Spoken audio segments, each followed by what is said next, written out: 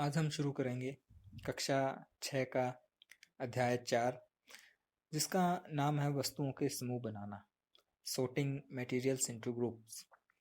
सबसे पहले हमें समझना होगा कि वस्तु किसे कहते हैं। अपने आसपास की वो सभी वस्तुएं जिन्हें हम छू सकते हैं, महसूस कर सकते हैं, देख सकते हैं या नहीं भी देख सकते हैं, सूंघ सकते हैं, मतलब कोई भी चीज है आपके आसपास, वो सब वस्तु कहलाती है। नमक, चम्मच, कटोरी, आप खुद, हवा, पानी, चारपाई, टीवी, रिमोट, मोबाइल, ये सभी वस्तुएं हैं। मिट्टी मिट्टी भी एक वस्तु है।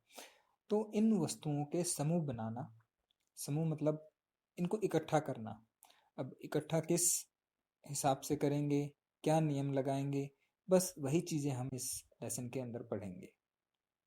और इस इकट्ठे करने को हमने एक नाम दिया है वर्गीकरण। जो समूह बनाना है उसे वर्गीकरण करके ही हम समूह बना सकते हैं। आपको एक उदाहरण देता हूँ। जब हम मार्केट में जाते हैं, मान लो हमें कपड़ा खरीदना है, तो हम उसी दुकान के अंदर जाते हैं जिसके अंदर कपड़े होते हैं, या जो कपड़ों की दुकान है।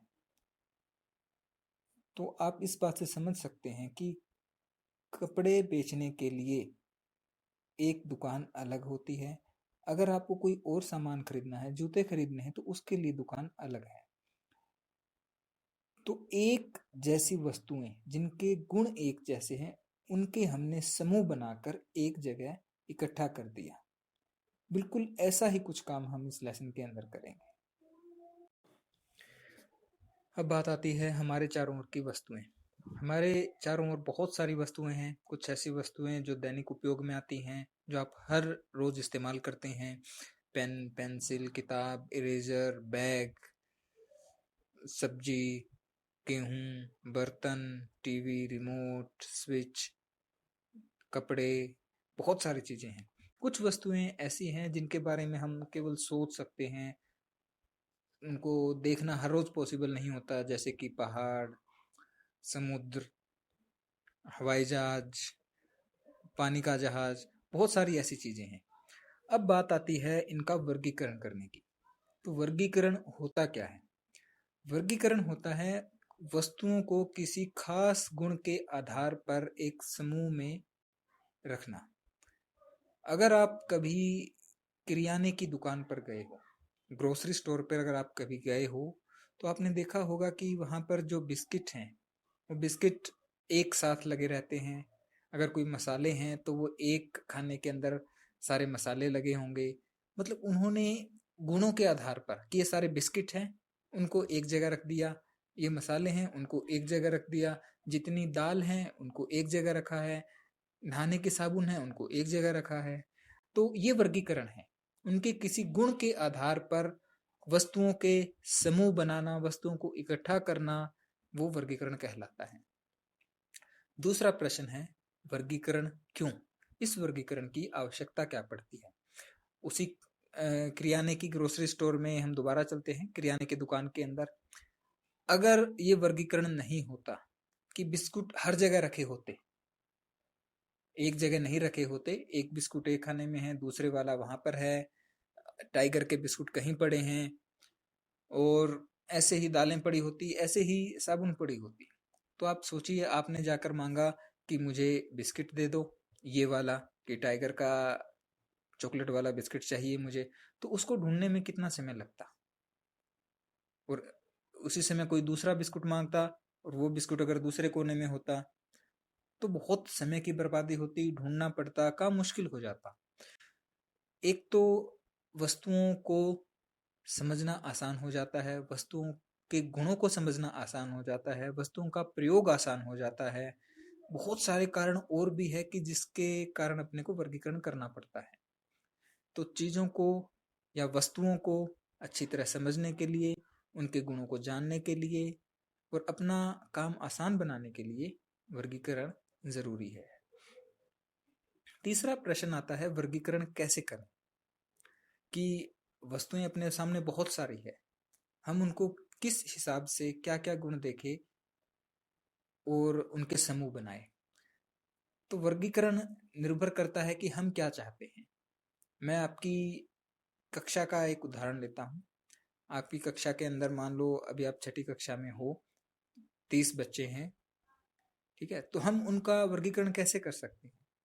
एक तो वर्गीकरण हो गया कि सारे विद्यालय के अंदर जो ये 30 बच्चे हैं, ये जो 30 विद्यार्थी हैं, वो अलग हैं। क्यों? क्योंकि वो छठी कक्षा के अंदर है, वो 6 क्लास के अंदर है। एक वर्गीकरण तो यही हो गया। दूसरा वर्गीकरण हम कर सकते हैं रोल नंबर के हिसाब से। आपको रोल नंबर दिए जाएंगे, तो 1 से 10 रोल नंबर अलग हो गए, 11 से 20 अलग, 21 से 30 अलग। एक वर्गीकरण ऐसे हो सकता है। एक वर्गीकरण हम कर सकते हैं, ऐसे विद्यार्थी अलग कर सकते हैं जिनके 50% से ज्यादा मार्क्स आए हैं, और ऐसे विद्यार्थी अलग कर सकते हैं जिनके 50% से कम मार्क्स आए हैं। एक तरीका ये हो सकता है वर्गीकरण का। एक वर्गीकरण हम ये कर सकते हैं कि सबकी हाइट यानी कि ऊंचाई नाप लें और देखें भाई इस ऊंचाई से कम के जो बच्चे हैं वो अलग, और इस ऊंचाई से कोई भी एक ऊंचाई ले लें उससे ज्यादा की हाइट वाले बच्चे अलग। वर्गीकरण ऐसे भी हो सकता है। वर्गीकरण ये भी हो सकता है कि जो आज बच्चे लेट आए हैं वो अलग हो जाओ, जो टाइम पे आए थे वो अलग हो जाओ। ये वर्गीकरण भी हो सकता है। हम ये वर्गीकरण भी कर सकते हैं कि किसके कक्षा में बाल लंबे हैं, किसके बाल छोटे हैं। बहुत बहुत सारे क्राइटेरियाज है जिसके ऊपर हम वर्गीकरण कर सकते हैं। हम ये भी कर सकते हैं कि सबको एक रेस लगवाएं सभी बच्चों के। जो पहले सबसे तेज भागने वाले बच्चे हैं जिनकी स्पीड अच्छी है वो अलग, जो धीरे भागने वाले हैं उनकी अलग। तो वो हम चाहते क्या हैं, क्या गुण हम देखना चाहते हैं, उस हिसाब से हम वस्तुओं का वर्गीकरण करते हैं। जैसे अगर हम कपड़े की दुकान में भी जाते हैं, कपड़े की दुकान अपने आप में एक वर्गीकरण है। बाकी वस्तुओं से कपड़े अलग हो गए तो उसके लिए हमने एक दुकान बनाई। उस दुकान के अंदर गए तो बच्चों के कपड़े अलग हैं, बड़ों के कपड़े अलग हैं। बड़ों में भी लेडीज के यानी कि औरतों के कपड़े अलग हैं, और जेंट्स के यानी कि आदमियों के कपड़े उन्होंने अलग रख रखे हैं। तो ये वर्गीकरण है। हम जितना चाहे उतना आगे वर्गीकरण कर सकते हैं। बस हम क्या चाहते हैं, कौन से गुण हम देखना चाहते हैं, वो हमारे ऊपर निर्भर करता है। अब हम बात करेंगे वर्गीकरण का आधार जो हम इस अध्याय के अंदर पढ़ेंगे। मुख्य जो वर्गीकरण है वो है दिखावट के ऊपर, कि कोई वस्तु दिखती कैसी है। विलेयता, विलेयता का मतलब है घुलना, किसी द्रव के अंदर वो घुलती है या नहीं घुलती है। पारदर्शिता, कठोरता और तैरने की क्षमता। अब इन आधार पर हम वस्तुओं का वर्गीकरण करेंगे। सबसे पहले है दिखावट। दिखावट के अंदर हम देखेंगे चमक, कठोरता और खुरदरापन। चमक के अंदर हम देखते हैं कि कौन सी वस्तु चमकीली है और कौन सी वस्तु बिना चमक की है, चमकहीन है हम बोल सकते हैं। अभी आप अपने आसपास की वस्तुएं देखिए, उनमें से कौन कौन सी वस्तुएं ऐसी है जिनके ऊपर थोड़ा सा प्रकाश डालते ही वो चमकने लग जाती हैं या चमकदार हैं। तो आप देखेंगे आपके जितने स्टील के बर्तन हैं वो सारे चमकदार है, दर्पण है, शीशा है, वो चमकदार है। अगर आप देखेंगे आपकी चारपाई या लगभग सारे कपड़े, वो चमकदार नहीं है। कुछ एक कपड़े चमकदार होते हैं लेकिन सभी कपड़े चमकदार नहीं है। आपकी किताब, आपकी नोटबुक कुछ चमकदार होती है, कुछ नहीं होती। तो ये एक वर्गीकरण हो सकता है कि कुछ वस्तुएं चमकती हैं, कुछ वस्तुओं में चमक होती है और कुछ वस्तुओं में चमक नहीं होती। उसके बाद आती है कठोरता, फिर आता है खुरदरापन। हम इन तीनों को भी अलग अलग से पढ़ेंगे। तो चमक की बारी आती है। चमक को हम द्युति, लस्टर भी बोलते हैं, और द्युतिहीन, जिसके अंदर चमक नहीं होती उसे हम बोलते हैं द्युतिहीन या डल, डल ऑब्जेक्ट।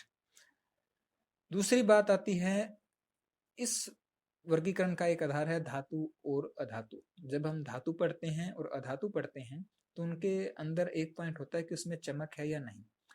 जितनी भी धातुएं हैं वो चमकदार होती है, जितनी भी धातुएं हैं वो चमकदार होती हैं, और ज्यादातर अधातु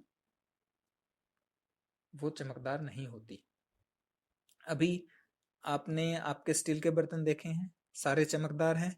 क्यों हैं? क्योंकि वो धातु हैं।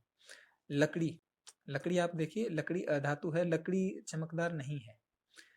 अब आपने लोहा देखा होगा, आपके घर में लोहे की बहुत सारी चीजें होंगी। अब आप देखिए वो लोहा आपको चमकदार नहीं दिखाई देगा। क्यों नहीं दिखाई देगा? क्योंकि उसके ऊपर जंग लग चुका है। अगर आपको उसको उसकी लोहे की चमक देखनी है तो उस लोहे को बीच में से तोड़ दो। अगर कोई आपके छोटी सी तार है लोहे की, उसको बीच में से तोड़ दो तो जहां से वो टूटेगी वहां से आपको चमक दिखाई देगी। कोई दरवाजा है लोहे का, एक चाकू लो, उसके ऊपर एक खरोंच लगा दो, खुरच दो उसको, तो नीचे से जो लोहा दिखेगा वो चमकदार दिखेगा। तो ज्यादातर धातुएं चमकदार होती हैं और अधातुएं ज्यादातर चमकदार नहीं होती, द्युतिहीन होती है। अब पॉइंट आता है कठोरता का। कठोरता, कुछ वस्तुएं कठोर होती है, कुछ वस्तुएं कोमल होती हैं। कठोर और कोमल को हम जांचते हैं संपीड़न से।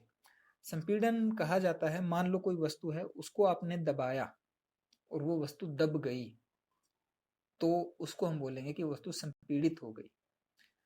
आप अपने हाथ में आटा लीजिए थोड़ा सा गुंथा हुआ, उसको दबाइए, वो दब जाता है। इसका मतलब क्या है? हम उसका संपीड़न कर सकते हैं, वो वस्तु संपीड़ित हो सकती है, उसके आकार में परिवर्तन आ सकता है, उसका आकार छोटा हो सकता है। तो ऐसी वस्तुएं जिनमें संपीड़न हो सकता है उन्हें हम कठोर वस्तुएं कहते हैं, और जिनमें संपीड़न नहीं हो सकता, सॉरी मैं गलत बोल गया, ऐसी वस्तुएं जिनमें संपीड़न हो सकता है उन्हें कोमल वस्तुएं बोलते हैं, और जिनमें संपीड़न नहीं हो सकता उन्हें कठोर वस्तुएं बोलते हैं। दूसरी बात है, कठोर वस्तुओं को खुरचना, अगर हम खुरचें तो बहुत मुश्किल से खुरची जाएंगी। कोमल वस्तुओं को हम आसानी से खुरच सकते हैं। जैसे कि आप एक सुई लीजिए, आप सुई से लकड़ी को आसानी से खुरच सकते हैं, लकड़ी को, आटे को या मिट्टी को, लेकिन लोहे को, स्टील के बर्तन को खुरचना थोड़ा मुश्किल है क्योंकि वो कठोर है, आपका आटा कोमल होता है। अब है विलेयता। विलेयता का अर्थ है किसी द्रव के अंदर किसी पदार्थ की घुलने की क्षमता।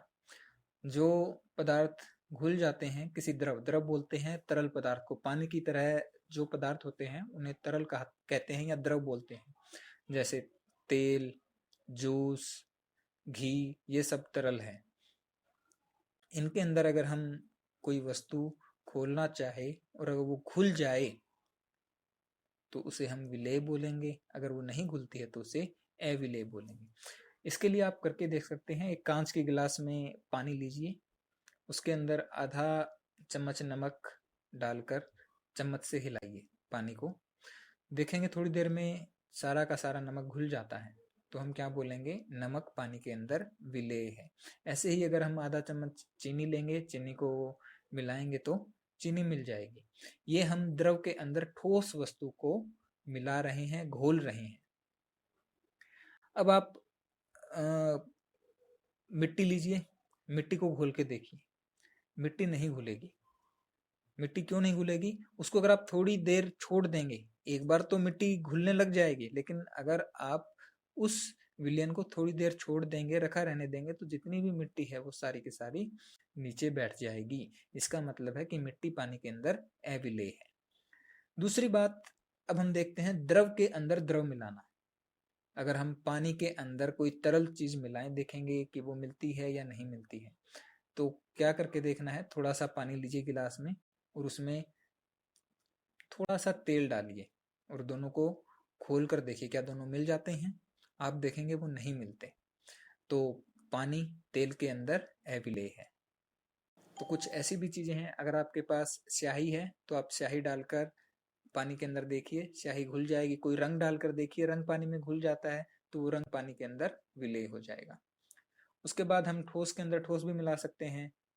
तो ये सब क्या है? एक वस्तु के अंदर दूसरे वस्तु का घुल जाना, इसी को हम विलेयता कहते हैं। तैरने की क्षमता। तैरने की क्षमता किसी पदार्थ की वह क्षमता है कि अगर हम उसे किसी द्रव में डालें तो क्या वो तैर सकता है या नहीं तैर सकता है। आपने देखा होगा कि अगर हम लकड़ी का कोई टुकड़ा पानी में फेंक दे तो वो उसके अंदर तैरता है, अगर हम कोई पत्थर फेंक दे तो वो डूब जाता है। तो कुछ पदार्थ ऐसे हैं जो पानी में तैरते हैं। अब क्या सभी पदार्थ सभी द्रवों में तैर सकते हैं। अगर हम पानी की जगह तेल ले लें और तेल के अंदर लकड़ी डालें, तेल के अंदर पत्थर डालें, तेल के अंदर पत्ते डालें, ऐसे डालकर देखें तो क्या वो डूब जाते हैं या नहीं डूबते। जैसे अगर हम पानी के अंदर तेल डालते हैं तो तेल नहीं डूबता है, तेल तैरता रहता है।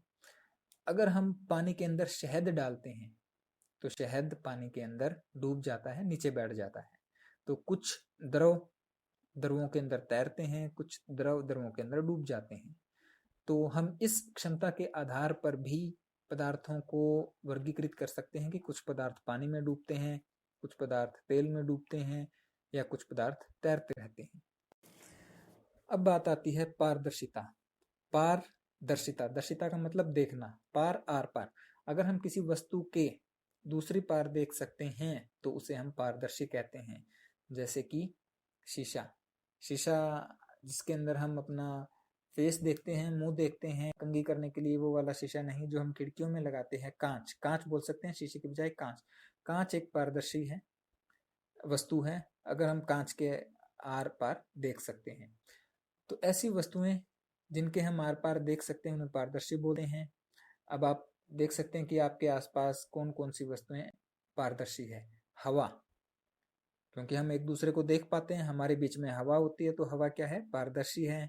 पानी भी पारदर्शी है, कांच भी पारदर्शी है। तो ऐसी ऐसी और वस्तु देखिए जो कि पारदर्शी होती है। अपारदर्शी वस्तुएं वे होती हैं जिनके आर पार हम नहीं देख सकते, जैसे कि स्टील के बर्तन, दीवार, आपकी नोटबुक, आपकी बुक, आपका बस्ता, बहुत सारी चीजें हैं, आपका हाथ।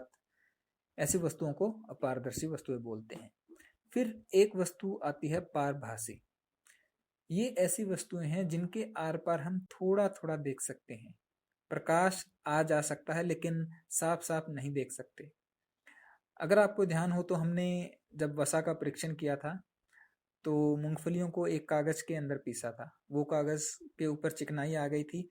ऐसा ही अगर एक का कोई आप कागज लें और अपने सिर के ऊपर अगर आपने तेल लगा रखा है उसको रगड़ें तो वो कागज पारभासी हो जाएगा, उसके अंदर से आप धुंधला धुंधला देख पाएंगे। तो ऐसी वस्तुओं को पारभासी वस्तुएं बोलते हैं। तो हमने पढ़ा वस्तुओं का वर्गीकरण, वस्तुओं के विभिन्न गुणों के आधार पर उनके समूह बनाना, ग्रुप बनाना, उनको इकट्ठा करना, यही वर्गीकरण होता है।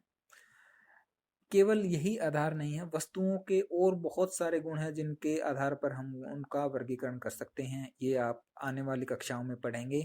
अब बारी है मूल्यांकन की। बहुत आसान आसान प्रश्न हैं, आपके आसपास के कॉमन सेंस के क्वेश्चंस हैं, आप इन्हें अपनी नोटबुक में कर लीजिए। जब हम मिलेंगे तब हम देखेंगे, अगर आपको कोई चीज़ समझ नहीं आ रही है तो आप मुझसे पूछ सकते हैं। धन्यवाद।